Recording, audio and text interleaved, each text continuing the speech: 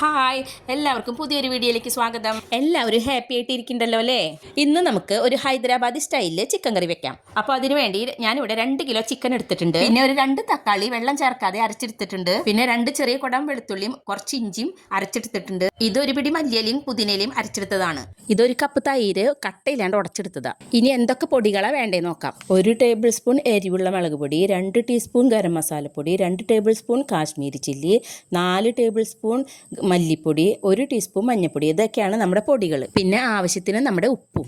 ഇനി ഇതൊരു 10-12 cashew nut 10 minute ചൂടുവെള്ളത്തിൽ കുതിർത്ത് അരച്ചെടുത്തതാണ്. പിന്നെ വേണ്ടത് റെഡ് ചില്ലി സോസ്, പിന്നെ സോയാ സോസ്, പിന്നെ ഗ്രീൻ ചില്ലി സോസ്.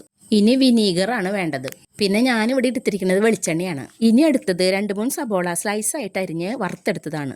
കൂടാതെ കുറച്ച് മല്ലിയിലയും പുതിനയിലയും വേപ്പിലയും അവസാനം ഇടാൻ വേണ്ടിയിട്ട് മാറ്റി വെച്ചിട്ടുണ്ട്. ഇനി നമുക്ക് ഉണ്ടാക്കി തുടങ്ങാം.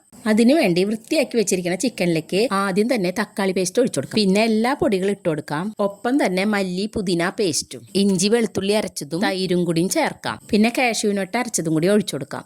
പിന്നെ നമ്മൾ വറുത്ത് വെച്ച സബോളയും കൂടി ഇതിലേക്ക് ഇട്ട് കൊടുക്കാം. പിന്നെ 1 ടേബിൾ സ്പൂൺ വിനീഗറാണ് ചേർക്കുന്നത്.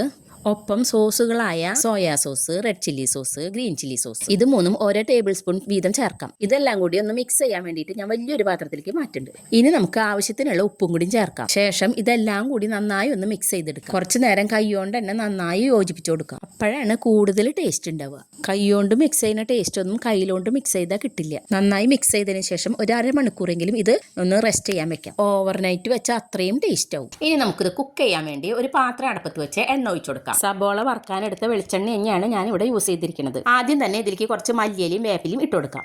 പിന്നെ 2-3 പച്ചമുളക് മുഴുവനോടെ ഇതിൽ ചേർക്കുന്നുണ്ട്. ഇതൊന്ന് മൂത്ത് വരുമ്പോൾ ആ മസാല തേച്ച് പിടിപ്പിച്ച് വെച്ചിരിക്കുന്ന ചിക്കൻ ഇതിലേക്ക് ഇട്ട് കൊടുക്കാം. ഈ ചിക്കൻ കറിക്ക് ആകെ സബോള വറുത്തെടുക്കേണ്ട ഒരു പണി മാത്രമേ ഉള്ളൂ. ബാക്കി എല്ലാ പണി ഈസിയാണ്.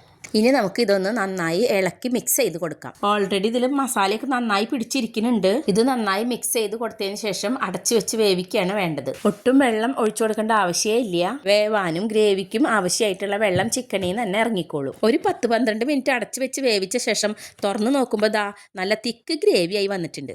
അവസാനമായിട്ട് നമുക്ക് കുറച്ച് മല്ലിയിലയും വേപ്പിലയും 2 പച്ചമുളകും കൂടി ചേർത്ത് കൊടുക്കാം. അപ്പോൾ നമ്മുടെ ചിക്കൻ കറി ഇവിടെ റെഡി ആയിട്ടുണ്ട്. നല്ല തിക്കായിട്ടുള്ള നല്ല ക്രീമി ആയിട്ടുള്ള ഒരു അടിപൊളി ചിക്കൻ കറിയാണിത്. ഒരുപാട് നേരം വഴറ്റി ഇളക്കുക ഒന്നും ചെയ്യാണ്ട് വളരെ ഈസി ആയി തയ്യാറാക്കാൻ പറ്റിയ ഒരു വെറൈറ്റി ചിക്കൻ കറിയാണ് കേട്ടത്. ഗസ്റ്റ് ഒക്കെ വരണ സമയത്തെ വെറൈറ്റി ടേസ്റ്റിൽ അവർക്ക് സെർവ് ചെയ്യാൻ പറ്റുന്ന ഒരു ഈസി റെസിപ്പിയും കൂടിയാണ് കേട്ടത്. ഇത് നമുക്ക് ചപ്പാത്തിയുടെയോ പൊറോട്ടയുടെയോ അല്ലെങ്കിൽ ചോറിൻ്റെയോ ഒക്കെ കൂടെ കഴിക്കാൻ പറ്റുന്ന ഒരു കറിയാണ്.